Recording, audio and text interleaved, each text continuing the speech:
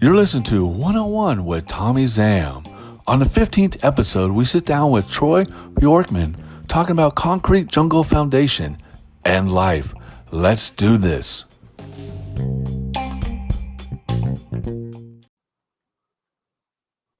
Hey, what's up, Troy? How you doing? Not bad, Tommy. Yeah, I'm in Copenhagen. It's a bit fall autumny here, you know. Pretty short days now and cold bike rides, but things are good. Things are good. How about you? I'm staying in Florida right now, you know, with everything so crazy in California and the whole world's being crazy. So I just kind of took off and went to Florida for a little bit, and it's like 81 degrees out here, sweating. So, you know, it's pretty hot, dude. That sounds like the opposite of here. But yeah, the USA is pretty crazy right now, no doubt. Oh yeah, definitely. All right, well, you know, let's get into this. So, Troy, tell us a little about you. I mean, there might be some viewers that know already who you are, but you know, there's some that who don't even know who you are. Tell us a little bit about your little background and where you're from and skateboarding and everything. Sure. Yeah. So, my name's Troy Björkman. I'm originally from Helsinki, Finland, which is kind of the odd, weird brother of Sweden and Denmark. Grew up there in a kind of international household, so got the chance to travel quite a bit as a kid. So I've spent some time in the States too, Canada as well, Montreal especially for about 4 years. And yeah, I'm a skater first and foremost, of course. And I also work at Concrete Jungle Foundation, this charity that we run internationally and is about skateboarding. Yeah. Oh yeah, that's awesome, dude. And we'll go back, so you know, a little bit. What got you into skateboarding? You know, everybody has that story, right? For me, I remember being a kid. I grew up in this courtyard, and there was kind of this row house in front of ours, and there was this one guy who was probably, I don't know, quite a bit older than me, maybe like 8 years or 12 years or something, like an adult almost already, or an adult probably. And he always had a board, and I was like, fuck, man, I wanna learn how to skate. That shit looks so cool. And yeah, when I was like 9 or 10, I got my first board. I think it was a World Industries board, like one of those you know, flame versus water. You know, they were playing like, I don't know, like a console game on the graphic or something. And yeah, that was my first board, and then it went from there. Oh yeah. And what's the skateboarding like in Copenhagen when you were growing up? Well, like I said, like I grew up in the neighboring country of Finland, but it's really the same. I mean, it's a really big scene. I think, you know, in Finland, in Helsinki, where I grew up, the city I grew up in, we have the highest number of skate parks per capita in Europe. There's like 23 skate parks in the capital city alone. It's crazy. I mean, so it's really well developed in Copenhagen. Like all the listeners probably know, you know, world known for the, you know, not only the really skatable architecture but also the events, right? So yeah, we got a good scene going up here in the north for sure. Dude, that's crazy. 23 skate parks in Finland, dude. That's insane, dude. Yeah, man, that's not even in the country. That's only in the capital. Imagine that. Yeah. Dude, that's insane. Did you hit all 23?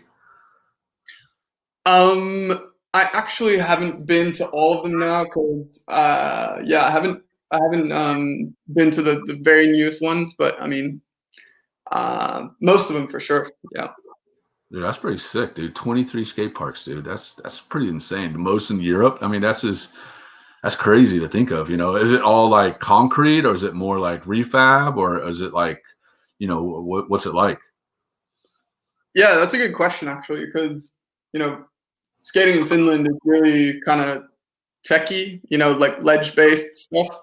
And that has really a lot to do with the fact that when we were growing up, all the parks were pretty much just, flat asphalt with obstacles placed on them. So mani pads, boxes, ledges, flat rails, and stuff. It's only been these last, 5 years or so when these kind of US or West Coast, especially style concrete parks have started popping up. So yeah, a lot of kind of tech wizardry up there. Dude, that's insane to think that, man. I mean, because you guys get a lot of like, because you have like a strong winter. So I mean, when when it snows or when you get a really bad winter storm, y'all go like under, like not underground, but y'all go like you have parking garages y'all skate, or do you have like a specific area y'all go to go skate when it's like winter storms coming in? Yeah, man, it's funny you say that, going underground, because where I was growing up in Helsinki in Finland, there's this massive indoor park that's in an old bomb shelter from the 60s. So it's literally, I mean, I don't know the imperial system too well, but it's like 1,200 square meters, which is what, like 4,000 square feet, underground in a bunker. So yeah, that's definitely exactly what we do. And of course, yeah, we skate parking lots too. I mean, indoor parking garages and stuff. There's quite a few good indoor parks there, given the weather. Hell yeah, dude. And there's a lot of good, big, a lot of pros that came out of Finland too, right? Yeah, that's true. I mean, Arto Saari, of course, big legend growing up. Marius Sivinen, Habitat G, and now Ennis, who just got his colorway for Nike. Dude, that's sick, dude. And I mean, forget Jaakko Ojanen, the whiz kid on Dude, Element. That's pretty rad. That's pretty rad. Yeah, I mean, knowing that like those skaters came out of Finland and became something, so that kind of like inspires you and a bunch of other skaters in Finland too, right? Oh, for sure, man. And there's a whole new generation of really talented rippers that are coming up. If you want to check someone, I'd recommend Eetu Toropainen, or E2. He skates for Element now, and he's just a blast to watch. All right, hell yeah, dude. Where do you get to check him out at? Or would you know his YouTube thing? Yeah, so E2, well, I mean, it's Finnish, right? So it's kind of hard to tell you how to write it, but basically EETUTOROPAINEEN.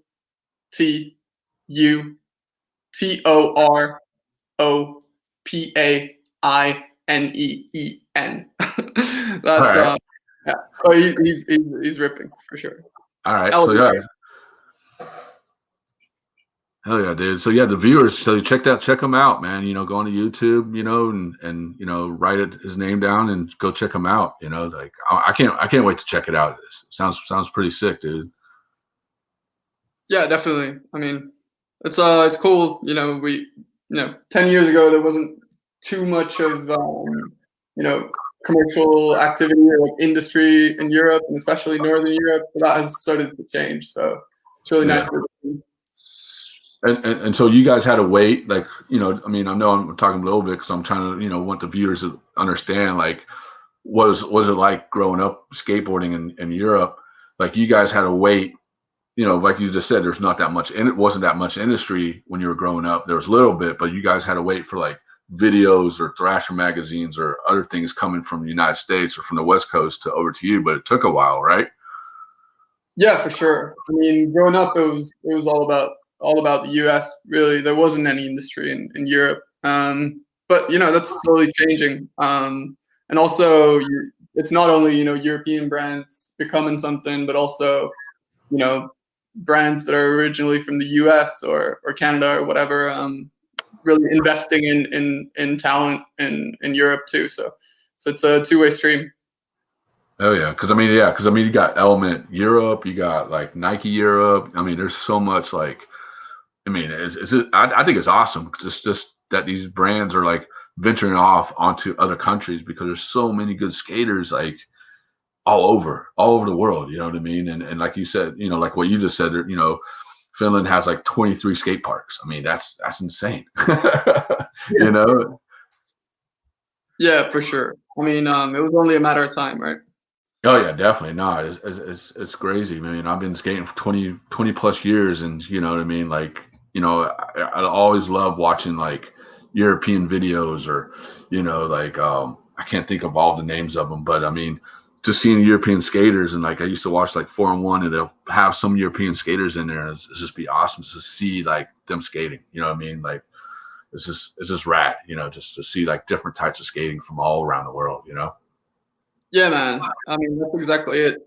I feel like that's the crux of this call, right? The fact that skateboarding is truly getting global, and you know, even though we come from different places and whatnot, that soul, or you know, essence of skateboarding is shared by all. You know, and it's kind of a global family as such. Yeah, definitely. And what kind of beer are you drinking? What kind of beer I'm drinking? So I'm in Copenhagen, and my favorite beer in Copenhagen is called Tuborg Classic, and that's what I'm drinking. It's kind of like an unfiltered cheap beer, but super nice. Highly recommend it. I highly recommend it. And so, how you like living in Copenhagen? Well, you know, Copenhagen's fantastic. Like, you know, I always say this, that Copenhagen, or Denmark generally, is like the perfect mixture of North European social or societal functionality. You know, like everything works. You get a lot of support from the government, stuff like that. But at the same time, it's south enough to be kind of cosmopolitan, like quite international. People actually come here. There's people from all over the world. So yeah, it's a great kind of balance between those two. And of course, I mean, the skate scene is rad. The architecture is fantastic, and there's just so many spots really close to each other. Because even though it's a capital, it's you know, there's only not even 1 million people in here, so everything is super close. So it's perfect.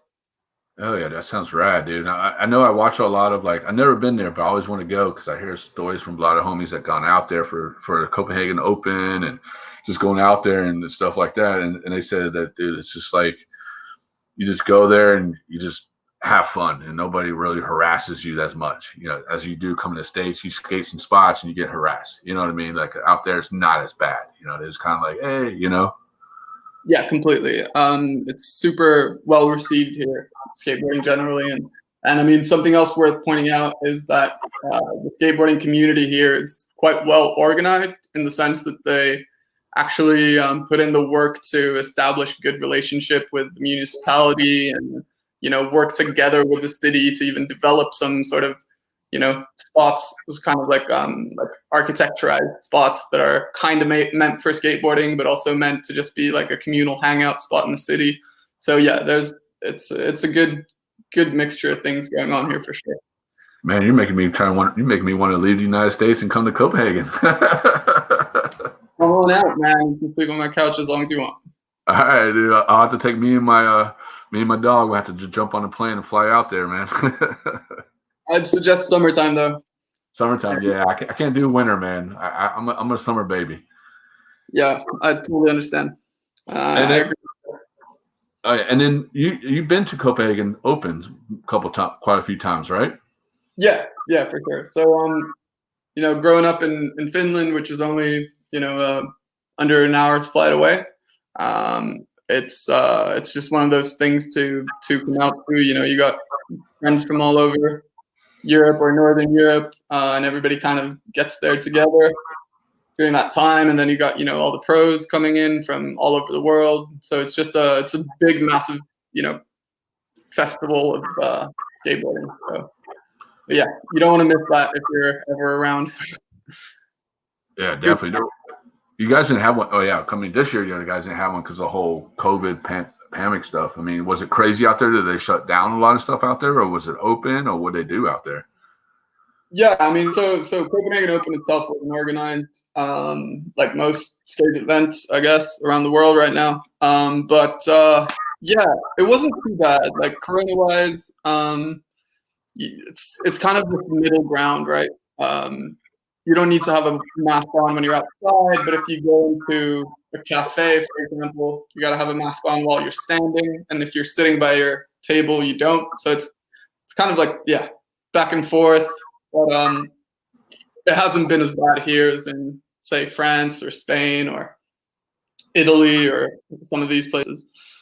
Yeah, it's insane out here, man. It's all I say is it's crazy. I wear my mask. I mean, if I'm outside like skating or walking around or doing activity stuff, I won't wear it. But if I go into a restaurant or somewhere or a bar or whatever, I'll put it on. But if I'm drinking, I'll take it down, take it off, and then if I'm like sitting in my area or standing in my area, then I'll take it off. But if I'm going to use the restroom and stuff like that, it's the same. But it's just crazy out here. I mean, it's just I don't know. I don't know how to say it. It's just insane. I'm just ready for it to be over with and hopefully get back to normal. Yeah, completely. It's a weird time to be alive, that's for sure. Can't wait. Definitely.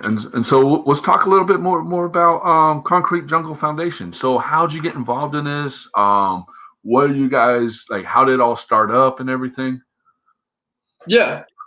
So I'll start off by introducing what it is, just to give some kind of clarity to listeners. So basically, Concrete Jungle Foundation is an international nonprofit organization or charity that does mainly two things. Number one, we build skate parks, like concrete, professionally built, world-class skate parks to underprivileged communities around the world. So basically, if you have a skate community somewhere in the non-Western world that is quite well organized, and they've been trying to push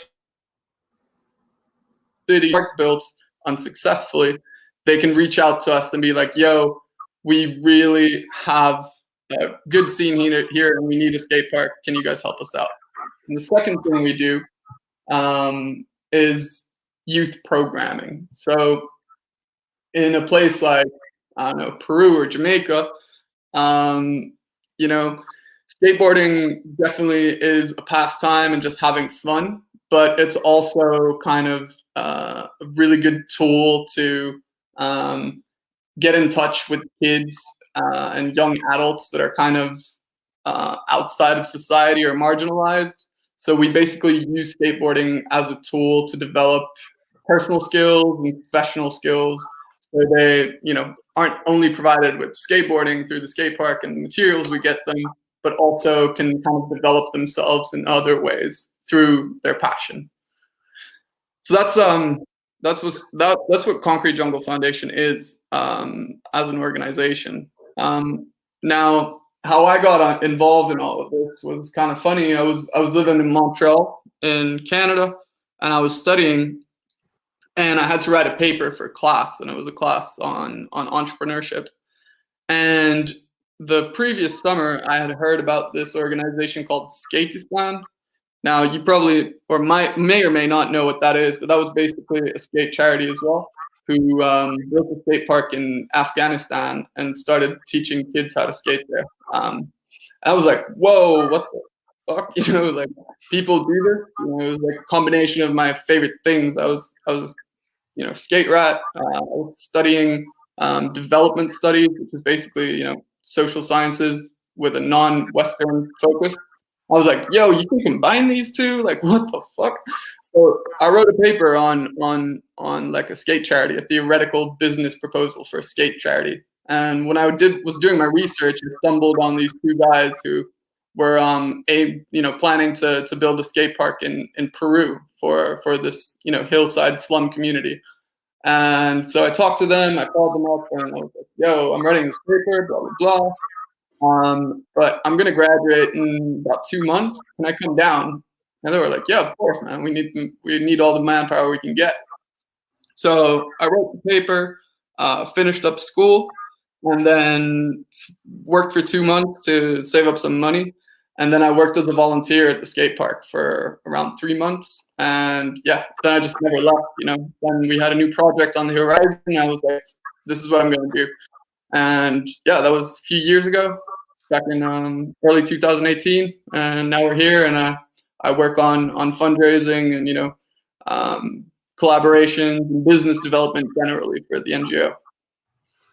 Dude, that's fucking awesome, dude. Like, I mean, I'm just speechless. I mean, honestly, because I'm just like, wow, that's amazing, dude. Like, so basically, what you guys do, or you know, there's so many, you know, but there's well, I'm gonna try to get to what I'm saying is, so basically, there's a lot of skate foundations out there, like fundraisers and stuff like that. Like, how do people get involved, or how do people start one?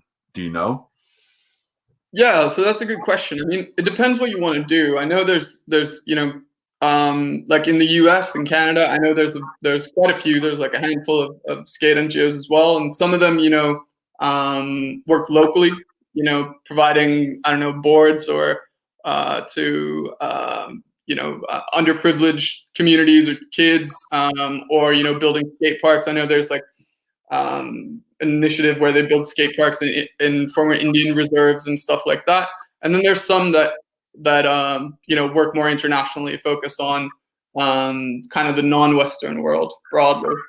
And I mean, how to get involved with these is basically to write on Google like skate charity or skateboarding nonprofit organization, and you can definitely like get involved, because at the end of the day, you know, this isn't something that brings in really any money for anyone. It's just people that are super passionate about what they do, and for those people in those organizations, getting more people involved is really what drives it at the end of the day. Now, if you want to start your own, then that's definitely possible too. It's just quite hard to start from scratch, you know, building up an organization, but it's fun as hell. So, yeah. Dude, that's rad, dude. And like, so when you go to these events or do these fundraisers and stuff like that, do you definitely like like does it inspire you more to like, you know, like seeing these kids or doing something great for the community? Does it like make you like, wow, this is my job? Not want to say job, but this is what I'm doing for my life. You know, this is what I'm doing for the skate community. Like, how does that make you feel? Yeah, man. I mean, I guess that's really what it's about, right? You know, it's about, you know, it's about those times when you're out there, right? Like I spent 5 months in Jamaica this year, 2020, building Kingston's first skate park, just right outside of Kingston. And we rallied like the local skate community who's been active there for years, and outside companies and other foundations, and everybody just got together and was like, we got to do this. Like, Kingston needs a skate park. And it took us like a long time to find the money and also to build the park. But just, that experience, that time when you're there and you can see that, that passion and that excitement in those people's faces. And then, you provide that dream for someone. It's what makes it worth it. That's awesome. And like just seeing the kids' smiles on their face, I mean, that just makes you like, wow, dude, I'm doing a great thing, Yeah, completely. And the cool thing about what we do too is, which I kind of alluded to earlier, is that, we provide skate parks for kids and, boards and stuff. And that's fantastic. Like, it's, imagine you don't really have that much to do either, through economic capacity or through opportunity for just, enjoying yourself. So you can get really hyped on something like skateboarding as a kid, for sure. But also, like, we provide, employment opportunities for kids, apprenticeship programs. Like when we built the park in Kingston, 6 local skaters were given a full salary for 2 months while they learned the process of building a skate park from A to Z. And, that instills not only, enjoyment and fun, but also the ingredients to really support that community through, economic activity and, them being able to really take skateboarding and make something out of it as a kind of a life or a career. So yeah, it's really multifaceted. There's a lot of things going on. Dude, that's awesome. So you guys, wow, that's pretty cool. I mean, so you guys like teach these kids like how to build a skate park or how to build a DUI or not DUI, DIU, DR, whatever. I'm just amazed. Sorry. I mean, this is so much to like talk about. I'm just like, wow, that's amazing. So you guys do all that stuff for these kids. Like, is it pretty cool to see them like, hey, I want to, have kids like build like little, like, do you have like little projects like, okay, hey, here's a piece of some wood. We want you to build this or build it the way you want to build it. Do y'all do stuff like that? Yeah, exactly. So, I mean, now, for example, we've been active in Peru since 2017, so it's quite a while already. 3 years, and we got local staff there, really pretty much running everything. So, like, our fundraising goes into to like helping them out in terms of the salary as well. But I mean, in terms of this design question, right? So, in February, March 2021, which is in about 4 months or so, we're going to be building 2 small skate parks in northern Peru, 1 small bowl in the north, and like a small park for another community, like 200 kilometers away, like 150 miles away. And the locals that we've been involved with and we're helping out, they are the ones designing the park under the guidance of our professional skate park builders, and they're given basically a salary for that. So they're doing an apprenticeship program where they learn how to design the park now, and then in like February, March, they're gonna get paid to help out to build the park. We're basically providing them with all the experience and the elements and the ingredients necessary to activate themselves and, like, for example, make a company out of that or apply that to other construction related fields. Dude, that's awesome. And one question, because I hear you say salary. So, some viewers might wonder what you mean by salary. Is it like something they get like a paycheck or something, or is it something that you guys provide them? Yeah, it's a paycheck. I mean, they get so they get a salary based on, like, they get a based on what you make in the country in question. So it's different. For example, in Jamaica, it's based on what the average salary is there, and in Peru, it's based on what the average salary is there. But what it means, financially speaking, is that when we fundraise as an organization to run our organization, to be able to pay these local skate communities so that they can really, learn about how to make a career in skateboarding, that's included in our annual budget. Dude, that's awesome, dude. Like, you guys are, I mean, like, that's awesome that like you and Skatism and like a whole bunch of other, not companies, but brands or companies or foundations are out there doing this stuff for communities, because a lot of people, from other places and kids that don't know this or parents that don't know anything about this, especially in the United States, like, they don't know, some might know it, but some might not. But I mean, that's just awesome to know that like you're, educating these, the viewers and people knowing like, hey, this is what's going on outside of the world, other side of the world and stuff like that. Yeah, completely. I mean, most people don't know how, like, global skateboarding truly is. You can really go to pretty much any fucking country in the world and you will find at least a small skate scene. Like in all these African countries, like we built a skate park in Angola, which is like Central Africa. Mm-hmm. And there's these kids. We had a single skate park in the country. We had a single skate shop in the country that have, for years been skating street. Through having one friend coming in from, I don't know, South Africa with a board, and like someone coming over as a traveler and leaving their board. And there's these skate communities all over the place. They're just waiting for like a chance to really flourish, and Mm-hmm. and that's basically what we do. We help these communities flourish, but at the same time, we don't only target skaters as such. We also, support the general community by programming and apprenticeships and employment and stuff. Basically, like, skateboarding is a tool that we use to support communities, but also specifically support the local skate community that already exists.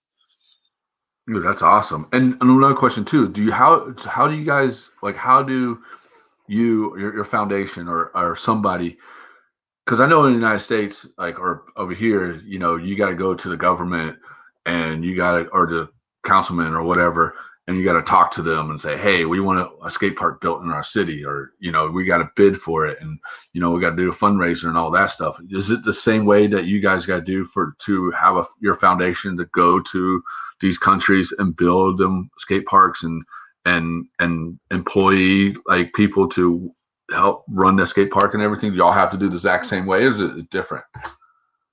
I mean, it's in broad terms, it's pretty much the same. You have to go through governmental hoops and check the boxes, so to speak. Like, getting the land signed off by whoever is either donating or selling it, and get approval from local municipality or whatever. So, like, going to meetings with local officials and stuff. But in terms of fundraising, it's really more on the international front.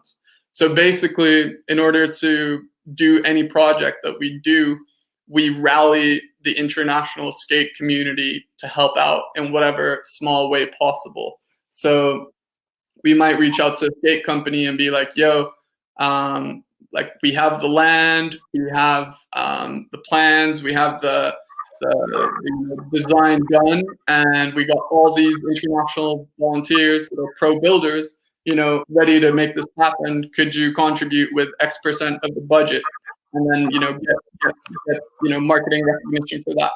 So that's one thing, reaching out to companies. Another thing is hosting our own event. So this year we've hosted, I think, like 5 or 6 events. One even in the U.S. in San Diego. Where we basically, either just have a party and sell drinks or have live music or whatever, but basically fundraise to contribute to the budget. Another thing we do is we sell our own boards, some limited merch. So Concrete Jungle Foundation sells boards online. We have T-shirts, hoodies coming out and stuff. And perhaps most importantly, and the most sort of important for us is we have this monthly donation program. So people from all around the world that kind of share our vision or the sort of mission that we have can join what we call the Concrete Jungle family and contribute like $5 a month to support the work we do. And in exchange, get some goodies sent home to them, and also get all our reports on our projects and early bird access to all the media and stuff like that. It's really a collection of different things because we don't want to be reliable on just one source. Dude, that's awesome, dude. Like, that's pretty bad. I'm like, you got me speechless. I'm like, man, okay. Man, this is amazing, dude. Like, what you guys are doing, and knowing that there's a lot of foundations out there that are doing this stuff for privileged country, not unprivileged countries that can't, have a great skate park or whatever, but it's cool to know that there's foundations like you guys out there that's doing this stuff for people and everything. And my hat's off to you guys, you know what I mean? Like, you guys are doing it. And it's cool because, with the Olympics is coming around, well, it's supposed to be this year, but now it's going to be next year. Is that going to help out with you guys, or is it something that you guys are working with, or what? Yeah, for sure, man. So, our most recent project, like I mentioned, was in Jamaica, and there, Jamaica is crazy about the Olympics. They have, they're a small island country, and they have some really, really good talent in terms of, sport generally. so there it was super helpful to, when you talk with officials and you try to get things through the sort of administrative process, getting the land or I don't know, getting some kind of permit or whatever. It really helps. So in that sense, I really feel like Concrete Jungle Foundation as an organization is in the right place at the right time. The Olympics, I totally get the sort of some people are against it from like a skate cultural perspective and whatnot. But I mean, something that you can't avoid is the following: the Olympics means that you'll get easier support from governmental institutions, agencies, people to develop a skate park or support any kind of skateboarding related initiative, and if the Olympics wouldn't exist. So definitely it's a help in that sense. Dude, that's awesome. And that's always what I always wondered about the Olympics, is because, they're saying they're doing a US team, a Japan team, they're doing, different teams in different popular cultures where skateboarding is huge. And then my always thing was like, well, what about these other countries, these small countries who are in the Olympics, but they don't have skateboarding. So how are they going to do that? But now I know there's foundations like you guys and other ones who are out there who are making these skate parks for these kids, or these, build these skate community. And so now it's kind of opened my eyes, like, okay, cool. There's these foundations out there who are actually, helping out the skate community. And eventually the Olympics will probably go to those countries and be like, hey, we got some amazing skaters. We want to put our skaters into that, or whatever, have a contest. I don't know how it's all going to work, but I mean, it's pretty awesome.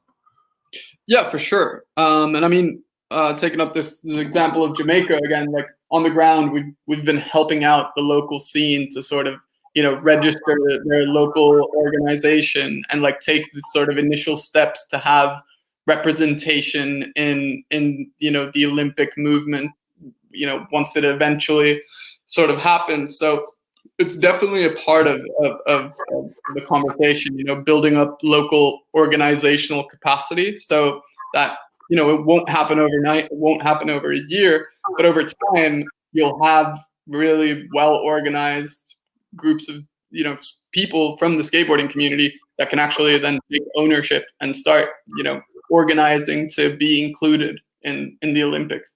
And another thing that I always think about is that from the sort of traditional Western point of view in the skate scene, the Olympics are kind of a commercialization of our identity, and I wholly agree with that general sentiment. But at the same time, if you're from a community in the Caribbean or in Central Africa, or somewhere where you really don't have a lot of opportunity for socioeconomic development, having the opportunity to skate in the Olympics is massive. And also in these communities, because there's not that much skateboarding yet, the chance that you will be the one to represent your country is astronomically higher than what it is in the US. So from that perspective, I'm a big fan of the fact that skateboarding is in the Olympics now. Dude, that's awesome, dude. That's definitely awesome. And you guys got a documentary coming out this week called Freedom Skate Park Project. Tell us a little about that. Yeah, man. Yeah. So basically, we decided to film a documentary about our latest build, which was the Freedom Skate Park in Jamaica. And this is a short documentary filmed by our very good friend and volunteer, Julian Sontag from Germany. And basically it traces the Jamaican skate scene, their quest for a skate park in Kingston, and how all of this ultimately led to Concrete Jungle Foundation taking on this project to build. And yeah, it's a great documentary. It's I'm humbled, but it's won, bunch of awards at film festivals around the world, and it's only 20 minutes long. So if you got 20 minutes to kill and you want to learn more about either the Jamaican skate scene or the international skateboarding charity sort of movement, I highly recommend it. It's a beautiful piece. Oh yeah, and you guys won awards. That's pretty awesome, man. Like, was it like an international awards, or was it like documentary awards, or what? Yeah, so we won 5. We've so far, at least, still on the road, but we've won 5 awards, including Best Director and Best Short Documentary from different film festivals around the world. So we basically, when it was done in June, we just sent it out everywhere in Europe. So it turned out way better than we thought it was going to be. We might have a shot at this, and we did. So super dope on that. Oh yeah, congratulations, dude. That's awesome, man. That's a good achievement. And then, where can people watch this? Is there's like a certain kind of platform? They have to go to like Vimeo or YouTube or something. Where can people watch this? And when's it dropping? So the documentary is dropping on Free Skate Mag, the Pan-European Skate Mag, on November 11th, this Wednesday at 11 a.m. GMT. So I'm not exactly sure when that's in Florida, but yeah, November 11th it's gonna drop. And if you go to our Instagram, you can of course find the link there. And yeah, so it's gonna be out, and I'm sure we're gonna spread it beyond that as well as things develop. Dude, that's awesome, man. And so viewers, make sure you write this down and and like let everybody know, like, hey, you got to check out about this documentary and everything. And then one last question, not one last question, but a couple more questions. Where can people go? So some viewers or what want to be part of this foundation or donate money to Concrete Jungle Foundation or whatever they can do to get involved in it. Where can people go to get involved with Concrete Jungle Foundation? Yeah, so our website is concretejunglefoundation.org. We have a particular tab, I think, called Get Involved, if my memory serves me correct. And basically there we list all the ways of as an intern working in business development or like merch or product collaborations or marketing or whatever, or you can get involved as a volunteer either from home or on the ground at one of our project locations, or you can get involved as a volunteer on the builds. So there's really a broad range of options to contribute.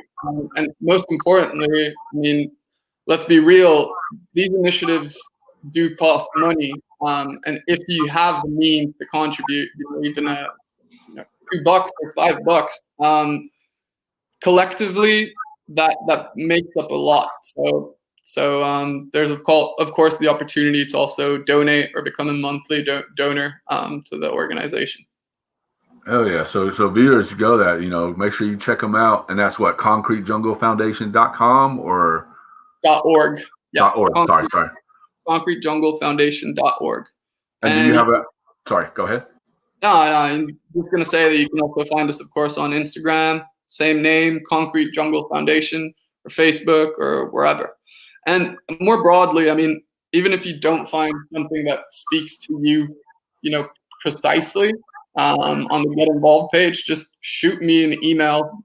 Like, I love connecting with new people and organizations or companies that want to do some good in skateboarding. So yeah, get involved and we'll take it from there. Oh yeah, dude, that's awesome, man. Like Matt, a lot of respect. And last question: do you have anything you want to say to the people, the viewers about anything? That's a good one. I got you on that one. I mean, I guess this general sort of, this is going to be kind of philosophical or whatever, but like, when you live in the West, in a developed country or in economically active and country, you kind of take skateboarding for granted, right? It's something that's just kind of just appeared and becomes a very, very important and inseparable part of you. But it's not like a rope. Often it's not like a rope to being able to do something in life as such. It's something that you don't really think about too much. But for communities where there's really no economic opportunities, where there's no, youth space, where there's no recreational space, nothing provided by the government, the importance of something like a personal passion or a communal passion like skateboarding is really, on a whole nother level. It's hard to sort of think about. And while some people may think, okay, like these guys are, working in developing countries and they're providing, a skate park and a piece of wood, like what's up with that? There's millions of initiatives that work on, providing clean water, providing fucking, food to those that don't have food, but like providing true passion, collective, engagement, and fun to kids that don't have much is quite astonishing and quite weighty. So if you're interested in doing anything of this, or if you're interested in sort of the intersection between charity and skateboarding, get involved. It's definitely not lucrative, but it's the best experience that you can find out there, in my humble opinion. Hell yeah, dude, that's awesome. And then one last thing is, what do you guys got coming up for 2021 or for the rest of the year? Anything special coming up or anything? Yeah, so like I briefly mentioned, looks like we got two kind of smaller scale projects in northern Peru in the beginning of 2021. So we'll be building a bowl and in one spot for another NGO called Waves for Development, and we'll be building a small park for another NGO that works with kids called Otra Cosa Network. And beyond that, like from March, April forward, we'll be, launching our new boards and merchandise to fundraise for the year. And that fundraising will basically go into our fourth full-scale international project. I unfortunately cannot say what it is yet because I didn't get the green light from the crew because it's not 100% certain. But I can tell you that the next, full-scale, proper everything, including programming and everything on the part of Concrete Jungle Foundation, will happen within the Latin American and or Caribbean region in end of 21 or beginning of 22. Dude, that's awesome, man. You guys got a busy year. No, certainly, man.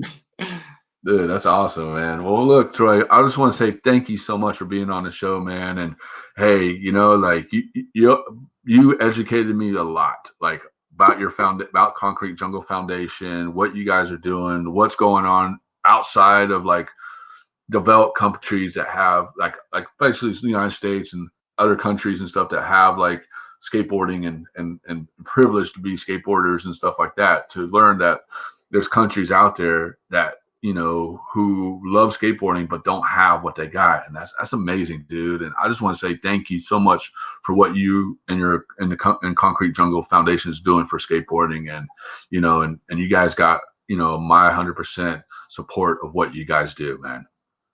Thank you so much, man. I really appreciate that, and I so much appreciate you like taking me on the show and kind of like highlighting this. Especially in North America, since we're mostly out of Europe, this whole team and this particular organization, like it's I feel like it's time to share this message and get more people on board.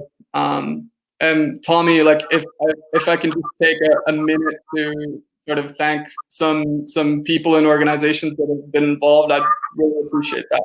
Is that Yeah, cool? go ahead, shout out, man. Yeah. You can shout out the whole world if you want. Yeah. Right.